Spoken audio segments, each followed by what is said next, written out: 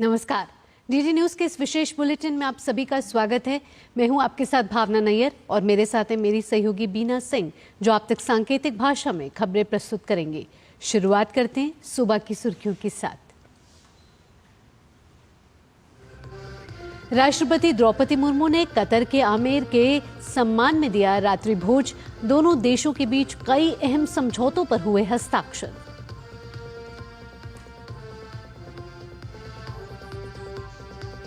Britain के पूर्व प्रधानमंत्री ऋषि सुनक ने परिवार के साथ की प्रधानमंत्री नरेंद्र मोदी से मुलाकात। पीएम ने सुनक को बताया भारत का अच्छा मित्र।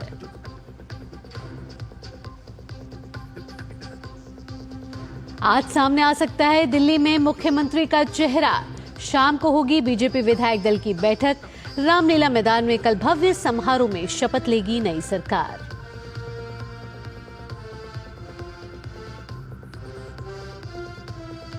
केरल के मलप्पुरम जिले के एरिकोड के पास बड़ा हादसा। फुटबॉल टूर्नामेंट से पहले आतिशबाजी में 20 से अधिक लोग झुलसे। रूस अमेरिकी वार्ता पर ट्रंप ने जताया संतोष। रूस ने यूक्रेन में नेटो ने सेनाओं की मौजूदगी को किया नामंजूर। जेलेंस्की का भी यूक्रेन को गैर मौजूदगी में कोई भी फैसला मानने से इनकार।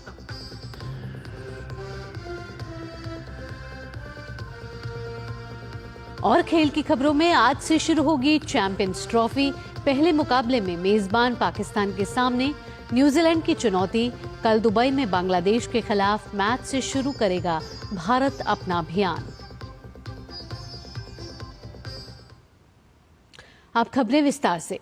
राष्ट्रपति द्रौपदी मुर्मू ने कल राष्ट्रपति भवन में कतर के आमिर शेख तमीम बिन हमाद अल सानी के लिए एक औपचारिक भोज आयोजित किया और दोनों देशों के बीच रणनीतिक साझेदारी की शुरुआत पर संतोष जताया। इस मौके पर राष्ट्रपति ने कहा कि कतर के साथ भारत के संबंध सदियों पुराने हैं। मुर्मू ने कतर में रहने वाले भारतीयों की अच्छी देखभाल करने के लिए कतर के आमीर और लोगों के प्रति आभार व्यक्त किया। राष्ट्रपति ने कहा कि दोनों देशों के लोग सदियों से सांस्कृतिक आदान प्रदान और परंपराओं के माध्यम से एक दूसरे से जुड़े हुए हैं।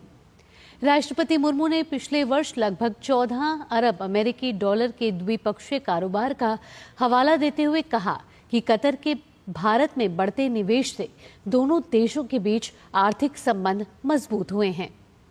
उपराष्ट्रपति जगदीप धनखड़, प्रधानमंत्री मोदी और कतर के उच्च स्तरीय प्रतिनिधि मंडल के सदस्यों सहित अन्य गणमान्य व्यक्ति भोज में शामिल हुए।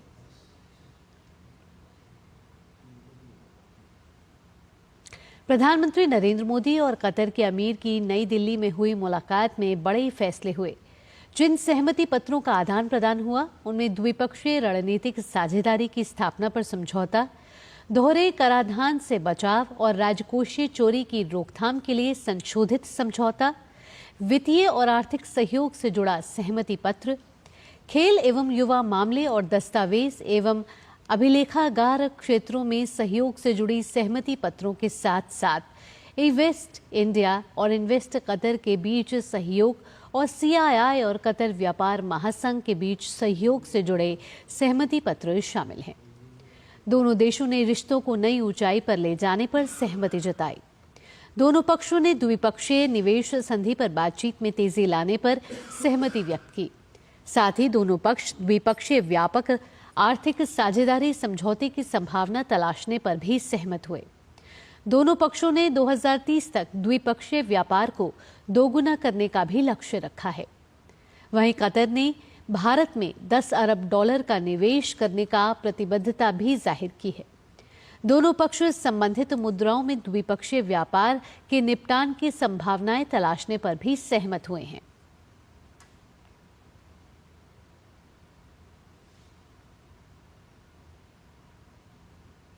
ब्रिटेन के पूर्व प्रधानमंत्री ऋषि सुनक और उनके परिवार के सदस्यों से कल प्रधानमंत्री नरेंद्र मोदी ने मुलाकात की।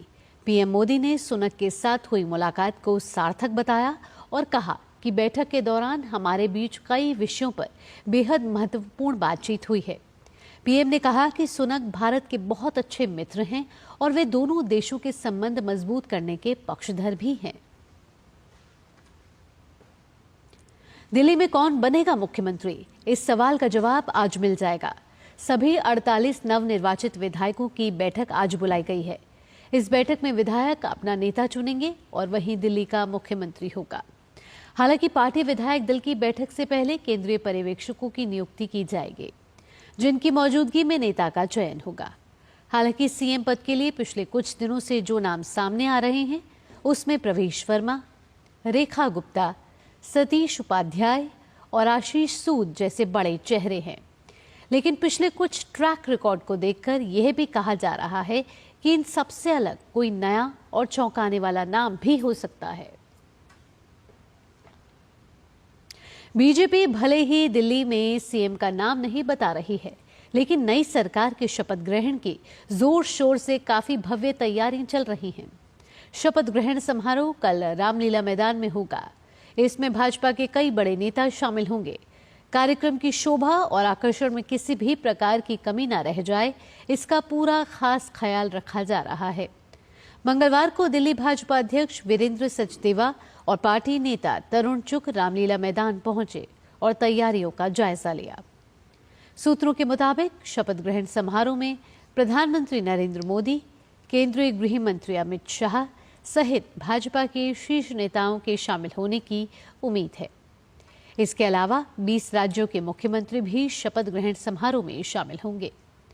कुल मिलाकर लगभग 30,000 अतिथियों को शपथ ग्रहण समारोह के लिए न्योता दिया गया है।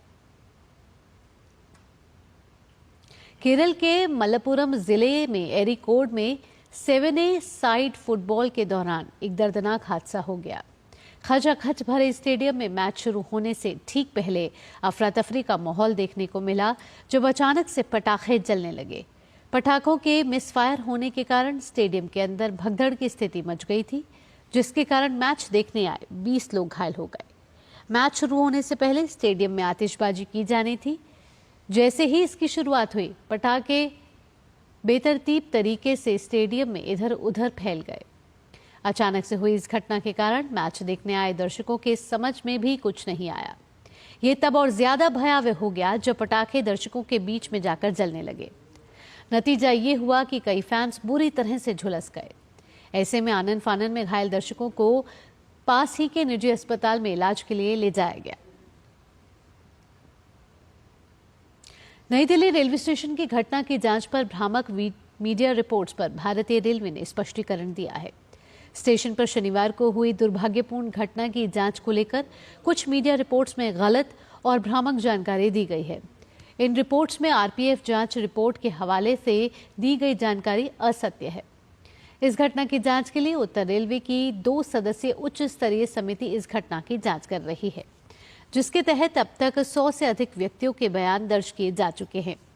समिति सभी बयानों की गहन जांच करेगी, जिसमें क्रॉस क्वेश्चनिंग भी शामिल होगी। इस पूरी प्रक्रिया के बाद आधिकारिक जांच रिपोर्ट प्रस्तुत की जाएगी। रेलवे द्वारा सभी से भ्रामक रिपोर्टिंग से बचने की अपील की गई है। भारतीय रेलवे ने स्पष्ट किया है कि इस घटना की जांच केवल उच्च स्तरीय समिति द्वारा की जा रही है। इसके अलावा कोई अन्य जांच नहीं हो रही है। अमेरिकी राष्ट्रपति डोनाल्ड ट्रंप ने सऊदी अरब में रूस के साथ हुई वार्ता पर संतोष जताया। ट्रंप ने कहा कि वार्ता के बाद वे अधिक आश्वस्त हैं और संभवतः इस महीने के अंत से पहले वे पुतिन से मुलाकात करेंगे। ट्रंप प्रशासन ने कहा कि यूक्रेन में संघर्ष खत्म करने को लेकर रूस के साथ और वार्ता करने पर सहमति बनी है। 4.5 घंटे चली बैठक के बाद अमेरिकी विदेश मंत्री मार्को रूबियो ने कहा कि बैठक में तय किया गया है कि कोई भी समझौता ऐसा होना चाहिए जो सभी को स्वीकार्य हो और इसमें यूक्रेन और यूरोप के हमारे साझेदार के अलावा रूस भी शामिल है।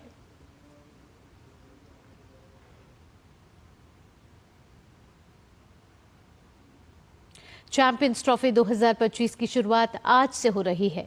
टूर्नामेंट हाइब्रिड मॉडल के तहत पाकिस्तान और दुबई में खेला जाएगा। प्रतियोगिता का पहला मैच आज मेजबान पाकिस्तान और न्यूजीलैंड के बीच खेला जाएगा। भारत अपने अभियान की शुरुआत दुबई में 20 फरवरी को बांग्लादेश के खिलाफ मैच के साथ करेगा।